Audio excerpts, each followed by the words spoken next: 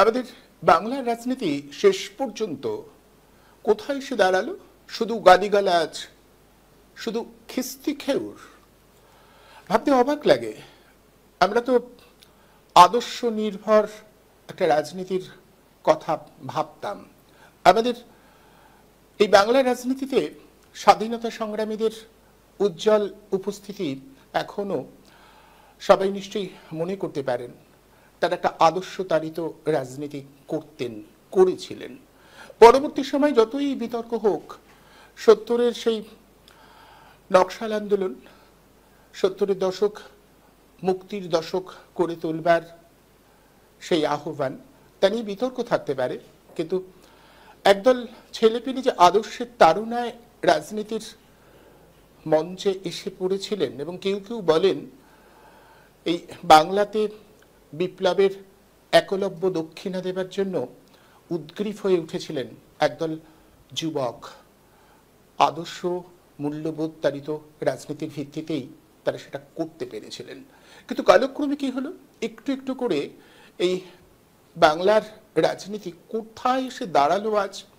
ভাবুন, গত কয়েকদিন ধরে আমাদের রাজ্য রাজনীতিতে যা যা হচ্ছে একটু ভালো করে পর্যালোচনা করুন, মূল্যায়ন করুন। আপকে উঠবেন, শিউরে উঠবেন। যে ভাষায় নেতা নেত্রীরা কথা বলছেন, যেভাবে বিতর্ক চালাচ্ছেন, তাতে মনে হয় সংস্কৃতি একে বলে? খিস্তি খেউর আর গালিগালাজ। কোথায় এসে দাঁড়ালাম আমরা? এ কোন সংস্কৃতি? একজন নেতা কি ভাষাতে একজন পুলিশ আধিকারিককে গালাগালি দিলেন? যে কেউ বলতে পারেন এটা তো স্বাভাবিক, এর আগে তো উনি তাই দিয়েছেন, উনি তো এটাই করেন।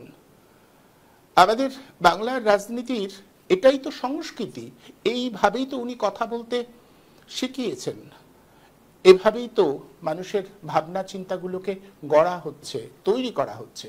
ভালো কিছু নয়, এগুলোই হবে। শিক্ষাক্ষেত্র জুড়ে তুমুল অরাজক অবস্থা। শিক্ষাক্ষেত্রকে একেবারে বিপর্যস্ত করে তোলবার যাবতীয় আয়োজন সম্পূর্ণ, এবার তুলে দিলেই হয়। আর বিভিন্ন ক্ষেত্রে, চাকরি বাকরির ক্ষেত্রে দুর্নীতি, দুর্নীতি আর দুর্নীতি। তার বাইরে রয়েছে মেরুকরণ। মেরুকরণ মানে জাতপাত ধর্মের মেরুকরণ দিয়ে মানুষকে ভাগ করা, এবং তার পেছনে কোনো যুক্তি নেই। কুৎসিত গালাগালি, খিস্তি রয়েছে। ভেবে দেখুন, পাকিস্তানের সঙ্গে ভারতের একটা সংঘর্ষের ঘটনা ঘটে গেল। প্রধানমন্ত্রী এখানে এলেন, তিনি বললেন সিঁদুরের তিনি নাকি সবাইকে সিঁদুর পৌঁছে দেবেন। তাকে কটাক্ষ করে আমাদের মুখ্যমন্ত্রী বলছেন উনি কি করে সবাইকে সিঁদুর পৌঁছে দেবেন? উনি কি সবার, যাকে বলে স্বামীরা নাকি সিঁদুর পরায়, উনি কি সবার স্বামী? তারপরে এ রাজ্যে যারা বিরোধী পক্ষ, মানে ক্ষমতার জোরে যারা, ক্ষমতার নিরিখে যারা এ রাজ্যের বিরোধী পক্ষ, তারা কি ভাষায় মুখ্যমন্ত্রীর উপরে আক্রমণ বা কটাক্ষ শুরু করলেন? সেই ভাষাগুলো এখন রাজনীতির ভাষা নয়, চূড়ান্ত কাদা ছোড়াছুড়ি, খিস্তি খেউর। আর তার রেশ কাটতে না কাটতেই মঞ্চে আবির্ভূত হলেন অনুব্রত মণ্ডল। সেই ভাষার রেশ এখনো চলছে। আজকে শুনতে পাচ্ছি হুমায়ুন কবির, তিনিও একজন নেতা, তিনিও নাকি পুলিশ আধিকারিকদের একই রকম ভাষায় সবক শেখাবার কথা বলেছেন। এই হচ্ছে বাংলার রাজনীতির আসল চিত্র। এটা দিয়ে কোথায় পৌঁছবো আমরা? প্রশ্ন হচ্ছে, এটা কি ইচ্ছা করে করা হচ্ছে যাতে সমস্ত ভালো কিছু মুছে যায়? আমাদের বাংলা, বাঙালির যা ভালো ছিল, যা গর্বের ছিল, সেগুলোকে মুছে দেওয়া যায়? সেই প্রক্রিয়া কি শুরু করছেন সকলে? আমাদের আশঙ্কা তাই। খুব ভালো করে ভাবতে হবে, একেবারে পরিকল্পনা মাফিক মানুষকে আরো নিকৃষ্ট, আরো নামিয়ে নিয়ে আসার প্রয়াস শুরু হয়েছে। বোধ, চেতনা, এগুলোকে অসাড় করে দাও। কোনটা ভালো কোনটা মন্দ এগুলো বোঝবার আর উপায় থাকবে না। সফল হওয়া, যে কোনোভাবে সফল হওয়া কিংবা অর্থ রোজগারটাই একমাত্র পথ। আর এমন একটা পরিমণ্ডল, অসৎ না হলে, মিথ্যে কথা না বললে, কটুভাষী না হলে টিকে থাকা যাবে না, বাঁচা যাবে না। যদি এই পরিমণ্ডলে তুমি বাঁচতে না পারো, তুমি থাকতে পারবে না। ফলে বাধ্য হয়ে আত্মসমর্পণ করো এই পরিমণ্ডলের কাছে। তুমিও ভদ্রলোক থেকে এই খিস্তিবাজ হয়ে ওঠো, হয়ে উঠতেই হবে। কোনো সততা, কোনো আদর্শের জায়গা এখানে নেই। পরিমণ্ডলটাই এভাবে তৈরি করা হচ্ছে। আর যেহেতু রাষ্ট্র ক্ষমতা আছে রাজনৈতিক নেতাদের হাতে, তারা এই পরিমণ্ডলটাকে বিস্তার করবার চেষ্টা করছে। আমি ঠিক এখানেই ভালো করে লক্ষ্য করুন, আমি ঠিক এটা উল্লেখ করলাম যে রাষ্ট্র ক্ষমতা দিয়ে আমাদের সামাজিক বাতাবরণটাকে কলুষিত করবার একটা প্রক্রিয়া শুরু হয়েছে। খুব তাৎপর্যপূর্ণ। আপনি সৎ থাকতে পারবেন না, আপনি ভালো থাকতে পারবেন না, আপনি মূল্যবোধ তাড়িত জীবনযাপন করতে পারবেন না। একেবারে রাজনৈতিক নেতারা এটা নির্ধারণ করে দিচ্ছে। আপনাকে পাক ঘাটতে হবে, নর্দমার সংস্কৃতিতে অভ্যস্ত হতে হবে যদি আপনি বেঁচে থাকেন, আপনি বেঁচে থাকতে চান। এই রকম একটা প্রক্রিয়ায় আপনি যদি সামিল না হন, আপনি টিকে থাকতে পারবেন না। ভেবে দেখুন, একের পর এক ঘটনা ঘটে যাচ্ছে, সবাই চুপ, দেখে যাচ্ছেন সবাই, কারোর কিছু বলার নেই, কারণ সবাই এই ব্যবস্থার কাছে আত্মসমর্পণ করেছেন। আসুন আমাদের সামাজিক পরিমণ্ডলটাকে একটু চেনবার চেষ্টা করি, বোঝবার চেষ্টা করি। এই বোঝবার জন্য আজকে আমি যাদের অতিথি হিসেবে আমন্ত্রণ জানিয়েছি, আসুন পরিচয় করিয়ে দিই তাদের সঙ্গে। আমাদের সঙ্গে রয়েছেন বিশিষ্ট শিক্ষাবিদ অধ্যাপক ডক্টর মিরাতুন নাহার, আর আমাদের সঙ্গে রয়েছেন কংগ্রেস কর্মী, একেবারে রাজনীতির নতুন মুখ কেতন জয়সওয়াল।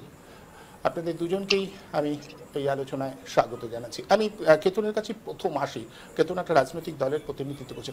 কেতন, আমি পরিষ্কার জানতে চাইছি যে কোথাও মনে হচ্ছে না কেতন আসলে এইরকম একটা সামাজিক পরিমণ্ডল তৈরি করে সাধারণ মানুষকেও বাধ্য করা হচ্ছে যে এই কাদার মধ্যেই আপনাকে নামতে হবে, তা নাহলে আপনি টিকে থাকতে পারবেন না। ভেবে দেখুন কেতন, যে অন্য রাজনৈতিক দলগুলো কতটা পেছনে চলে গেছে। মানে বাইনারিটা তৈরি হয়েছে, একটা শাসক দল আর একটা বিরোধী দল, এই বাইনারিটা, এবং মূলত খারাপ কথার পুলজুরি এই দুটো দল থেকেই আসছে। এর বাইরে অন্যেরা অপ্রাসঙ্গিক। আপনারা যে রাজনীতি করেন, আপনাদের যদি কখনো মনে হয় আমরা এখানে প্রাসঙ্গিক হবো, তাহলে ওই ভাষাতেই কথা বলতে হবে, তা নাহলে আপনি প্রাসঙ্গিকতা খুঁজেই পাবেন না, মানে এই ব্যবস্থাপনার মধ্যে আসতেই পারবেন না। এক ভয়ঙ্কর পরিবেশ। নমস্কার সকলকে। একেবারেই আপনি যে বিশ্লেষণটা করলেন, এরপরে আর এই বিষয় নিয়ে নতুন করে কিছু বলার নেই। শুধু আমি কিছু উদাহরণ আপনাকে দিতে চাই। আপনার এই কথার মধ্যে বা আজকের যে বিষয়, সেটার মধ্যে দুটো তার প্রেক্ষিত আছে, একটা হচ্ছে সামাজিক আর একটা হচ্ছে রাজনৈতিক।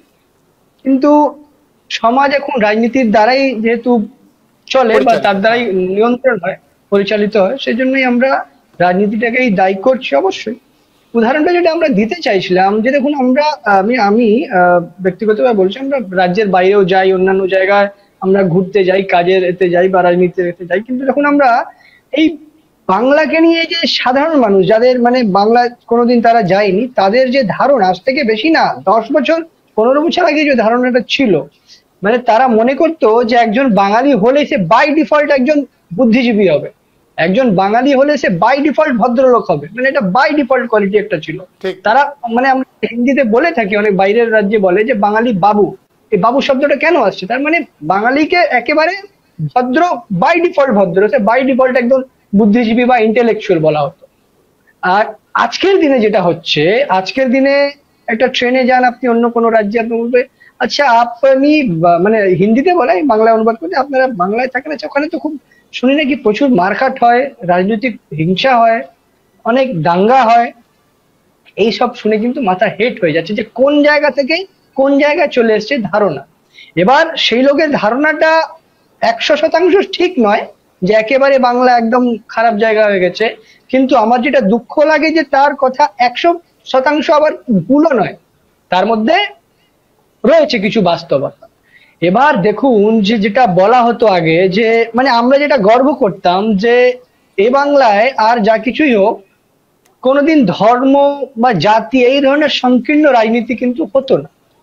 কিন্তু আজ আমরা অন্য রাজ্যগুলোকে দেখে মনে করতাম না বাবা আমাদের বাংলা আর যাই হোক এই জিনিসটা থেকে বেঁচে রয়েছে, এখন আমরা ওই পর্যায়ে যাইনি। কিন্তু আজকের দিনে কি দেখতে হচ্ছে, যেই রাজ্যগুলোতে বা অন্য জায়গাগুলোতে যেখানে এইসব এতদিন চলে এসছে, তারা আস্তে আস্তে করে হয়তো মানে এটা উন্নতির পথে যাচ্ছে। আর আমরা যারা আজ থেকে 50 বছর আগেও অনেক অ্যাডভান্স ছিলাম, আমরা আজকে কোন জায়গায় চলে যাচ্ছি। আমাদের আজকে রাজ্যে একটা ভোট হবে, সেটা আমরা 21-এও দেখেছি, তার আগে থেকে এটা 19-এর আগে থেকেই এটা শুরু হয়েছে।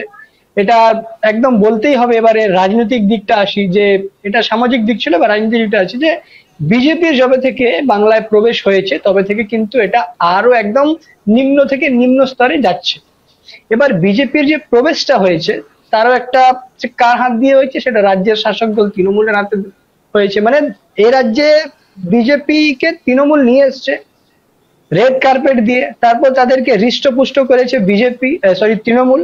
আর আজকে এই তৃণমূল আর এই বিজেপি মিলে আমাদের বাংলার সংস্কৃতি, শিক্ষা দীক্ষা, সামাজিক যে একটা যে জায়গাটা ছিল, যে আজকে সারা ইন্ডিয়া বা বিশ্বে বাংলার যে ভাবমূর্তিটা ছিল সেটাকে ওই জায়গায় নিয়ে চলে গেছে। যেখানে বাঙালি বাবু বলা হতো সেখানে আজকে বলা হচ্ছে আপনাদের বাংলায় তো কিন্তু প্রচুর মারদাঙ্গা হয়, যে মুর্শিদাবাদের ঘটনা বলুন, একের পর এক যে ঘটনাগুলো দেখছো সেখানে অবশ্যই মিডিয়ার একটা মানে যারা হিন্দি মিডিয়া তাদের একটা সেখানে একটা চক্রান্ত আছে যে বাংলাকে কিভাবে আরো বেশি কলুষিত করা যায়, কিন্তু তারা যা দেখাচ্ছে তারা একেবারেই যে মিথ্যে কথা তাও নয়। কিন্তু এগুলো দেখে এবার আজকে যে কথাটা আপনার বললেন যে দুটো দলের বাইনারির মধ্যে এই যে গণতান্ত্রিক ধর্মনিরপেক্ষ যে শক্তিগুলো, বামেরা হতে পারে আমরা হতে পারি, আমরা ক্রমশ আমরা ঠিকই বলছেন যে আমরা দুর্বল হচ্ছি, আমাদের এখানে সমস্যা হচ্ছে, কারণ আমরা ওই উগ্র হিন্দুত্ববাদে যেতে পারছি না, আমরা উগ্র ওই মানে মুসলিমবাদে যেতে পারছি না, আমাদের কাছে হিন্দু আর মুসলিমের মধ্যে আমরা ভেদ করতে পারছি না, আমরা সাম্প্রদায়িক রাজনীতি করতে পারছি না, আমরা এই গরমা গরম ভাষণ দিতে পারছি না, মেরে দেবো জ্বালিয়ে দেবো পুড়িয়ে দেবো, আমরা কিস্তি দিতে পারছি না, তাই আমরা পিছিয়ে রয়েছি। এবার প্রশ্নটা আলটিমেটলি যেটা গণতন্ত্রে তো মানুষই শেষ কথা বলেন, বা গণতন্ত্রের যে দায়িত্ব সেটা আলটিমেটলি মানুষের হাতেই আছে। আর ভোটের সময় মানুষ কতটা কিসের দ্বারা প্রভাবিত হয়ে কাকে নির্বাচিত করবেন সেটা একটা দিক হলেও আলটিমেটলি কিন্তু সেই দায়িত্ব আজ থেকে যদি 20 বছর 25 বছর পরে যদি প্রশ্ন করা হবে, তখন সেই প্রজন্ম একদম কাকে প্রশ্ন করবে, যে তখনকার জনগণ কারা ছিল, তখনকার যারা নির্বাচক মন্ডলী ছিল তাদেরকে প্রশ্ন করবে যে আপনারা কেমন লোককে নির্বাচিত করেছেন। তারা কিন্তু এই প্রসঙ্গ দেখবে না যে ধর্মীয় একটা আবেগ দিয়ে ভোটটা হয়েছে, না কোনো একটা পুরস্কার দিয়ে কোন রকম ভাতা দিয়ে ভোটটা হয়েছে, না তারা আগামী জেনারেশন এটাই নিয়ে বিচার করবে যে জেনারেশনটা কেমন ছিল, যে তারা কেমন লোক বসিয়েছে। আমরা পার্লামেন্ট আজ থেকে বা বিধানসভা আজ থেকে 20 বছর 30 বছর আগেরও তো দেখেছি, সেই যে লেভেলের অফ ডিসকাশন হতো তখনকার যে একটা পার্লামেন্ট আমরা তখন দেখতাম, বা এখনো আমরা ইউটিউবে গিয়ে মানে ভাবুন আজকে যখন ইউটিউব বা অন্যরকম ব্যবস্থা হয়েছে, প্রযুক্তিগত ভাবে আমরা উন্নতি করেছি, আজকে যখন সুযোগ হচ্ছে যে আমরা বিধানসভা বা লোকসভার প্রসিডিংস দেখতে পারি, আমাদের লজ্জার বিষয়, আজকালকার সকল নেতাদের লজ্জার বিষয় যে আমরা আজকেরটা দেখছি না, আমরা আজ থেকে 10 বছর 15 বছর 20 বছর 25 বছর পুরনো গুলো দেখছি। কারণ ওটা দেখলে আমাদের কিছু বিদ্যা বাড়বে, আমাদের কিছু বিবেক বাড়বে, আমাদের কিছু বুদ্ধি বাড়বে।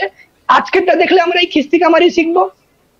এই জায়গাটা আমাদের শুধু নেতাদের বললে হবে না, আমাদের নির্বাচক মন্ডলীকে ভাবতে হবে, আমাদের জনগণকে ভাবতে হবে যে আমরা কাকে হিরো বানাবো। একজন যদি সাইকেলে চড়ে, একজন যদি সৎ নেতা, তাকে পাবলিকও নেতা মনে করে না, ও ভোটে লড়বে, ও একটা 4 চাকা গাড়ি নেই, 10টা বাউন্সার নিয়ে ঘুরতে পারে না, পয়সা নেই কিছু নেই, ও বোম মারতে পারে না, ও নেতা হবে না। নেতা কে হবে?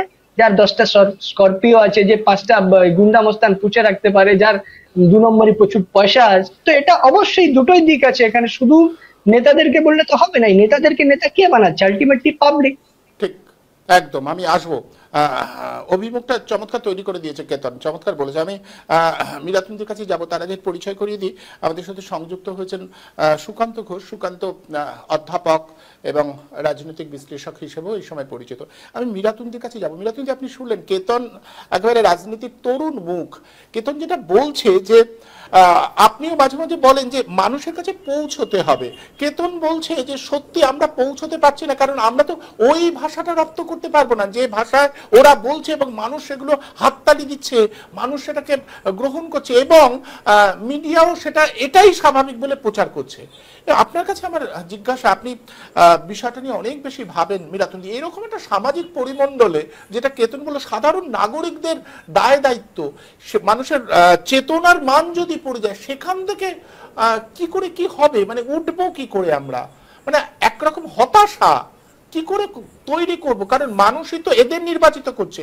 এই অনুব্রত মণ্ডল দিনরাত্রির প্রচার পায়, এই নেতারা যারা গালাগালিদের দিনরাত্রির তারা প্রচার পায়, যারা সভ্য ভাষায় ভদ্র ভাষায় কথা বলে তাদের কোনো প্রচার নেই। এবং কেতন ঠিকই বলেছে যে একজন সৎ যে বাড়িতে বাড়িতে ঘুরে বেড়ায়, মানুষের কাছে যায়, তাকে মানুষ গুরুত্বই দেয় না, কারণ তার প্রচার নেই, তার ক্ষমতা নেই। সবাই তাকে মনে করে যে এ কি আমাকে রক্ষা করবে, যার ক্ষমতা আছে সেই তো রক্ষা করবে। বাউন্সার নিয়ে ঘুরে, দামি গাড়ি, এইটা যদি সামাজিক পরিমণ্ডল এবং মানুষের মনোভাব হয়, তাহলে সেই সমাজের জন্য সত্যিই তো খুব ভয়, সেরকম একটা সমাজের কথা ভেবে তো খুব ভয়ে থাকতে হবে আমাদের। আমি একটা উপমা দিতে চাইছি, বাস্তব উপমা। আমাদের প্রশাসনিক প্রধান নজরুলকে স্মরণ করে যে অনুষ্ঠান, সেখানে গান গাইছিলেন। দেখা গেল পেছনে যারা তবলা বাদক তারা চুপ করে বসে আছে।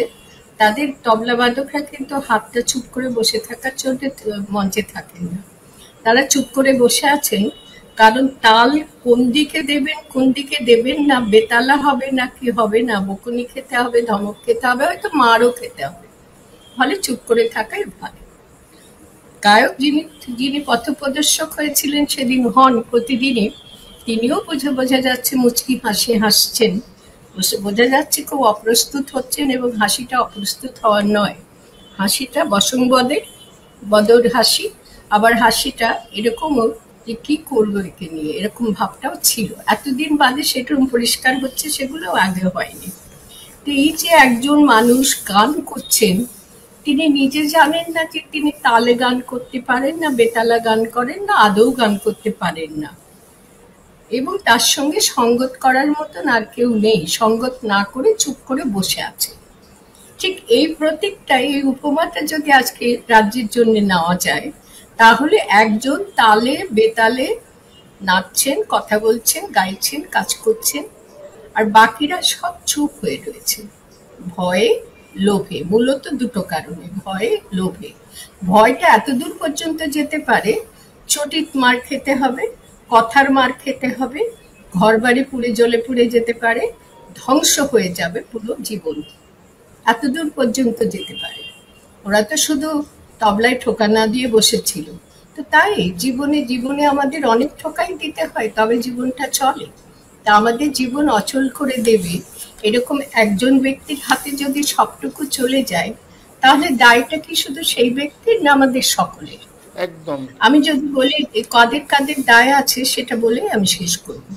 আমার পক্ষগুলো মনে হচ্ছে সাধারণ মানুষ, যারা সব থেকে বেশি এই নাটুকেপনা বা এই যে অজ্ঞতা প্রসূত কাণ্ড কারখানা জানে না বলেই, শিক্ষা পেতে নেই বলেই, বিদ্যা অর্জন করতে পারেনি বলেই ক্ষমতা অর্জন করেছে কৌশলে, এবং সেই ক্ষমতার দাপটটা দেখাচ্ছে। তার ফলে সব থেকে বেশি বঞ্চনার শিকার, এবং অনুপম যেটা আমি আজকে গুরুত্ব দিয়ে বলতে চাই, মানুষের সমস্ত সব রকমের জীবন আছে, তার পারিবারিক ব্যক্তি জীবন আছে, পারিবারিক জীবন আছে, সামাজিক জীবন আছে, রাষ্ট্রীয় জীবন আছে। সব থেকে গুরুত্বপূর্ণ মানুষের জীবন কি? নৈতিক জীবন। কোনো মানুষ হয় না যদি তার নৈতিক জীবনটা না থাকে। প্রতি পদক্ষেপে তাকে ভাবতে হয় যে এটা আমি ন্যায় করছি না অন্যায় করছি। প্রতি পদক্ষেপে তাকে ভাবতে হয় যে আমি সত্যের পথে আছি না অসত্যের পথে আছি।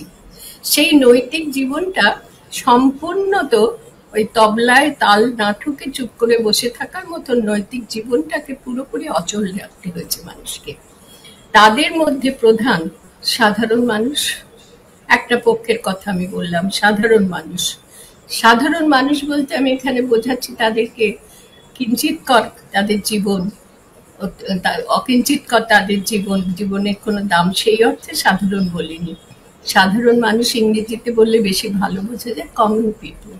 নির্দিষ্ট গণ্ডিতে থাকা, বঞ্চনার শিকার না হওয়া মানুষ, আর এরা সম্পূর্ণ তো বঞ্চনার শিকার হওয়া মানুষ। গণতন্ত্রে যাদের ক্ষমতা থাকার কথা এবং গণতন্ত্রের সুফল তাদেরই পাওয়ার কথা, একটা পক্ষ।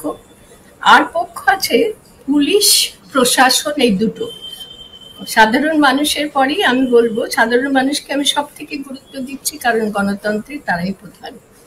কিন্তু তাদেরকে একেবারে এলেবেলে করে রেখে দেওয়া হয়েছে। তারা নিজেরাও যেরকম মাথাটাতে কাজ করে না মদ খেলে বা আর একটু আফিং খেলে, আফিং কথাটাই বেশি প্রযোজ্য, সেই রকম কোথায় আফিং টাফিং খাইয়ে তাদেরকে তাদের মস্তিষ্কটাকে অচল করে দেওয়া হয়েছে। তাদের জীবনের যে প্রবল বঞ্চনা তারা বুঝতে পারে না, অথবা বুঝলেও কিছু করার নেই। এখন তাল ঠুকবো কি করে, বেতালা চললে তালটা ঠুকবো কি করে, এই অবস্থায় তারা রয়েছে। এরপরে প্রশাসনের কথা, প্রশাসন বলে ব্যাপারটা কিছু নেই রাজ্যে। প্রশাসন তো একজনের ব্যাপার না, প্রশাসন চালাতে হয় বহুজনকে মিলে। সেই বহুজনের জায়গায় একজনই চালাচ্ছে। আমার কোনো বিরোধিতা বা শত্রুতা নেই বলে কথা বলছি, কার্যত বাস্তবত এটাই চলছে। কেতনদের কোনো কথা বলার জায়গা নেই। এটা হলো কেমন করে? কাজ করার জায়গা নেই, কথা বলার জায়গা নেই, অংশগ্রহণ করার ভূমিকা নেই, হলো কেমন করে? গণতন্ত্রে এটা সম্ভব হচ্ছে কি করে? দল বলে বলছি না, অন্য কোনো দল, এই আরো যে দলগুলি আছে তাদের কোনো জায়গা নেই। তাদের এমন একটা করা হয়েছে যে আমাদের কোনো ক্ষমতা নেই, এক বিন্দু ক্ষমতা নেই দুপা এগিয়ে যাওয়ার। তাহলে ক্ষমতা কেন্দ্রিক ব্যবস্থাপনা চলছে। ক্ষমতা একজন সমস্ত পুরোটাই ক্ষমতাটাকে হাতে নিয়ে নিয়েছে। একজন সাধু ভালো গায়ক, তিনিও কিছু বলতে পারছেন না যে ভুল ভাল গাওয়া হচ্ছে বা আপনার গানটা করা ঠিক নয়। আমি ওখানে থাকলে বলতাম যে সুর নেই গলায় বা শেখা হয়নি, অশিক্ষিত কণ্ঠে তো আর গান হয় না, সঙ্গীত হয় না। একদম গানকে তো সুরে বাজতে হবে, একদম গান হলে তো সুরে বাজতে হবে। শিখলে হয় না অনুপম, আমার কণ্ঠ অনেক সুরেলা, আমার কণ্ঠ সুরেলা, আমার বাড়ি গানের বাড়ি। যেহেতু আমি শিখিনি সেহেতু আমি রাগ কাটতে ভয় পাই, কারণ আমি জানি আমি শিক্ষা গ্রহণটা করিনি। যতই আমার কণ্ঠ সুরেলা হোক, যতই আমি সুরে গাই, ও কিছুতেই যে পদ্ধতিতে শেখা দরকার সেই পদ্ধতিতে না শিখলে সঙ্গীত হয় না। সেই বোধটা যার নেই, অজ্ঞতা যা চূড়ান্ত, তিনি শুধু এই গানের ব্যাপারে না, সমস্ত ব্যাপারে মানসিক বিকৃতি রয়েছে। আমি জানি না এমন কিছু না নেই পৃথিবীতে, আমি সব পারি। এইরকম বিকৃত মস্তিষ্ক, এক কেন্দ্রিক একক ব্যক্তিত্ব কেন্দ্রিক প্রশাসন যদি রাজ্যে চলে আর সবাই যদি ঝগড়া পরায়ণ হয়ে যায়, এই যে যার কথা তুমি তুলেছ, বিশ্বাস করো আমার এতটুকু ইচ্ছা করেনি সে কি বলেছে একটু শুনি। তুমি আমার জিজ্ঞেস করলে আমি বলতে পারবো না, কারণ আমি ওটাকে মাইনাস করে রেখে দিয়েছি যে এই মানুষটিকে যে তৈরি করেছে বা যারা তৈরি করেছে তারা বেশি অপরাধী। ওর অপরাধের থেকে বেশি অপরাধ যারা একে দিনে দিনে দিনে দিনে দিনে দিনে ক্ষমতা দিয়ে এই পর্যায়ে এনেছে তারা। তো তাদের চিহ্নিত করতে গেলে তো তিনি হয়ে যাবে, তারা বলে কিছু নেই। তো প্রশাসনের হালটা এইরকম, এক ব্যক্তি কেন্দ্রিক। ওই ফ্যাসিস্ট বলো, স্বৈরতন্ত্র বলো, অত ওসব গুরুগম্ভীর কথা আমি বলছি না।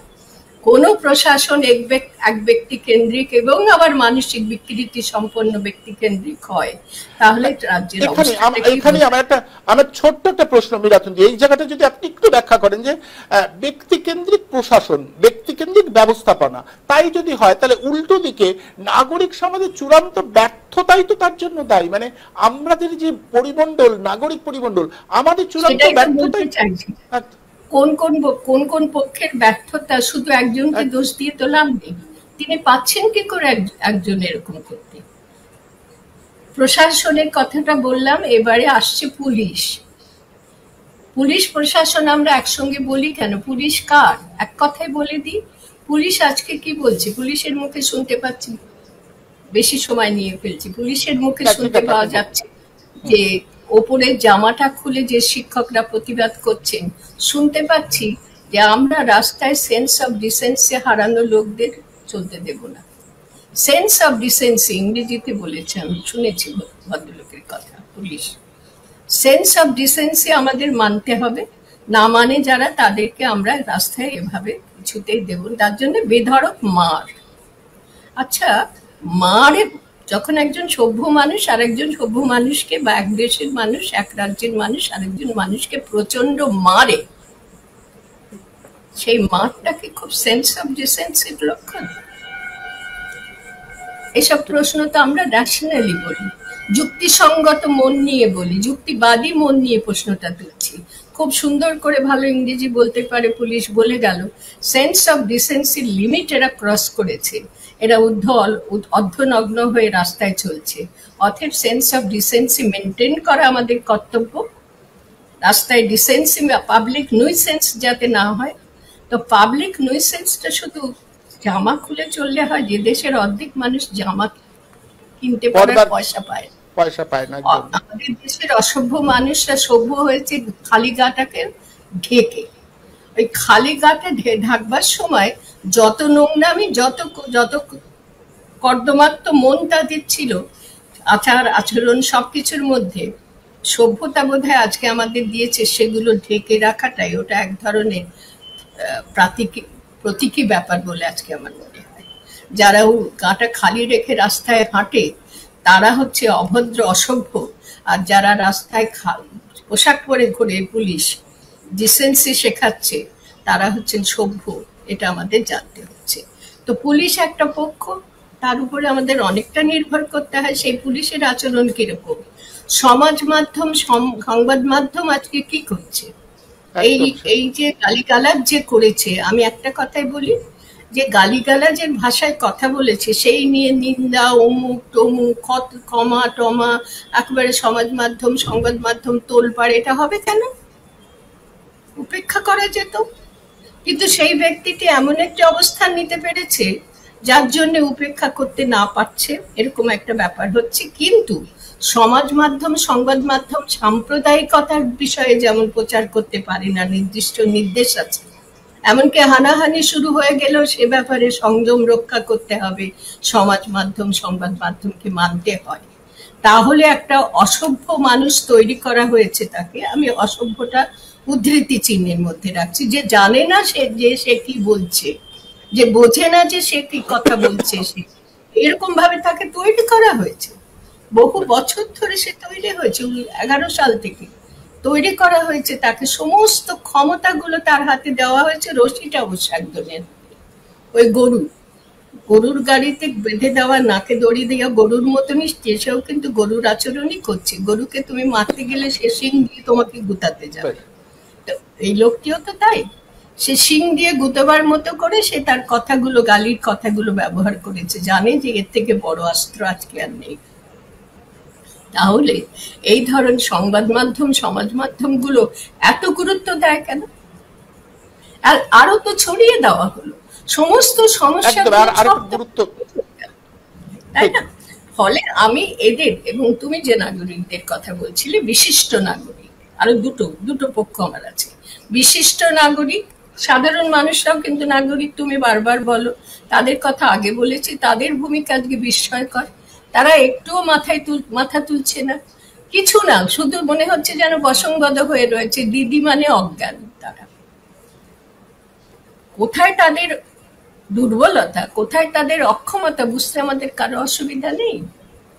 সাংঘাতিক রকমের নির্যাতন নামিয়ে আনা হবে এদের উপরে যদি এরা একটি কথা, যদি এরা রাস্তায় নামে।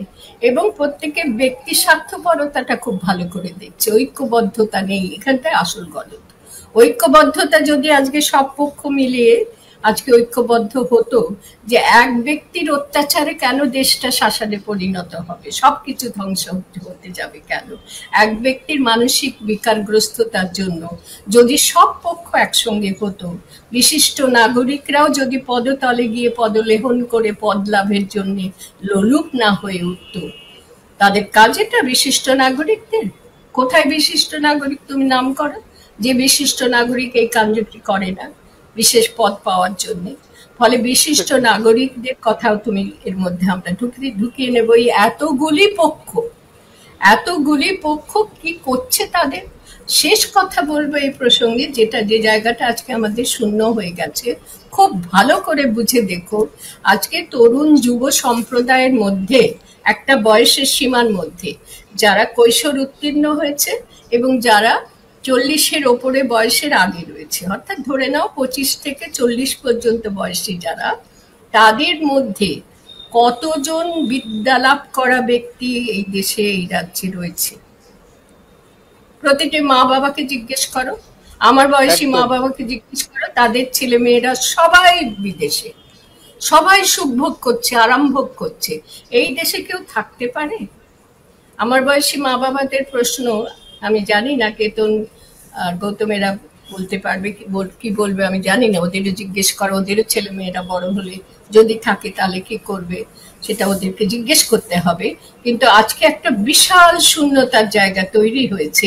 যদি না হতো তাহলে এরকম অজ্ঞ মূর্খ কথাটাও আমাকে বলতেই হচ্ছে, বিদ্যা বুদ্ধিহীন মানুষ, মানসিক বিকৃতি সম্পন্ন মানুষ, প্রবল ক্ষমতালোভী মানুষ দাপটের সঙ্গে পুরো রাজ্যটাকে শাসন বানিয়ে দিচ্ছে। এটা রোধ করা যেত। মেধা লাগে, বিদ্যা বুদ্ধি লাগে, ইচ্ছা লাগে, প্রেম লাগে, দেশপ্রেম লাগে, লোভ সংবরণ করতে হয়, স্বার্থপরতা সংবরণ করতে হয়। আমার কিসের মাধ্যম পড়েছে বলো তো? মাথার দিব্যি পড়েছে আমি কথা বলবো, তোমার এখানে কথা বলবো, এখানে কথা বলবো, সেখানে কথা বলবো, আমি প্রবল প্রতিবাদে নামবো। কিসের দিব্যি পড়েছে বলো তো? ক্ষতিগ্রস্ত হচ্ছি কিসের জন্য? ভালোবাসার জন্যই না, দেশকে ভালোবাসি বলে। একদম একটু আগে যেটা কেতন বললো যে কিছু বছর পরে তো মানুষ থাকবে, তারা জিজ্ঞাসা করবে যে সেই দায়টা তো পালন করতে হবে। আপনাদের মতো কাউকে কাউকে তো আমার খুব মনে হচ্ছে অনুপম, এটা বলে আমি শেষ করি, আমার মনে হচ্ছে এই শূন্য জায়গাটার জন্য আমরা বেশি মার খাচ্ছি। এই যে সত্যিকার মেধা, প্রতিভা এবং দেশকে ভালোবাসবে, দেশের উন্নয়নের জন্য তাদের দায়বদ্ধতা রয়েছে, এই ছেলে মেয়েগুলো আমি আমার ৭৬ বছর বয়সে আজকে আমার এখানে রাস্তায় প্রতিটা আন্দোলনে আমাকে ডাকা হয়। আমি এখন রাস্তায় নেমে নেমে এই আন্দোলন করব, দেশটা এই জায়গায় এসে পৌঁছলো যে আমার ৭৬ বছর বয়সেও শান্তি নেই। কেউ ভেবেও দেখে না। শুধুমাত্র দিদি আপনি একটু আসুন। দিদি মীরাতুন যেটা বলছে যে তরুণ প্রজন্ম তারা সত্যি লড়াইতে থাকছে না, তারা জায়গাটা ফাঁকা করে দিয়ে চলে যাচ্ছে। আমি একইভাবে আমাদের প্যানেলে যারা আছেন, মীরাতুন্দি অনেক বেশি জানেন এই বিষয়গুলো, কারণ তিনি বাস্তব রাজনীতির অভিজ্ঞতা পেয়েছেন, সঙ্গে সঙ্গে থিওরিটিক্যাল পলিটিক্স আর দর্শন সবকিছু সম্বন্ধে উনি অনেক বেশি জানেন। আমি ওনার অনেক দিন ধরে ওনার সব কথাগুলো শুনি এবং সেগুলো বুঝতে চেষ্টা করি। কিন্তু সমস্যা হচ্ছে নতুন যারা জেনারেশনের প্রতিনিধি, এখানে প্রতিটা ক্ষেত্রে অনুব্রত মণ্ডল, সিদ্দিকুল্লাহ চৌধুরী, এই নামগুলো বলছি মানে আমার বলতে দ্বিধাও হয়, খারাপ বা ভালো জানি না আমি, তারপর হুমায়ুন কবির, এরা প্রত্যেকেই মানে কোথাও যেন নিজেদের মনে করছে যে তারাই শেষ কথা। এবং মীরাতুন্দি যেটা বললেন একদম ঠিক কথাই বলেছেন যে এর যে মূল রানী মৌমাছি দুনিয়ায়, আমরা তো শ্রমিক মৌমাছি নিয়ে খুব ভাবিত, কিন্তু রানী মৌমাছি বা যারা আছে তাদেরকে সমূলে উৎপাটিত করার সাহস বা স্পর্ধা না নাগরিক সমাজের রয়েছে, না যারা বুদ্ধিজীবী, সোকল বুদ্ধিজীবী তাদের কাছেও নেই। মানে আমরা এখন সবচেয়ে বড় সমস্যায় ভুগছি।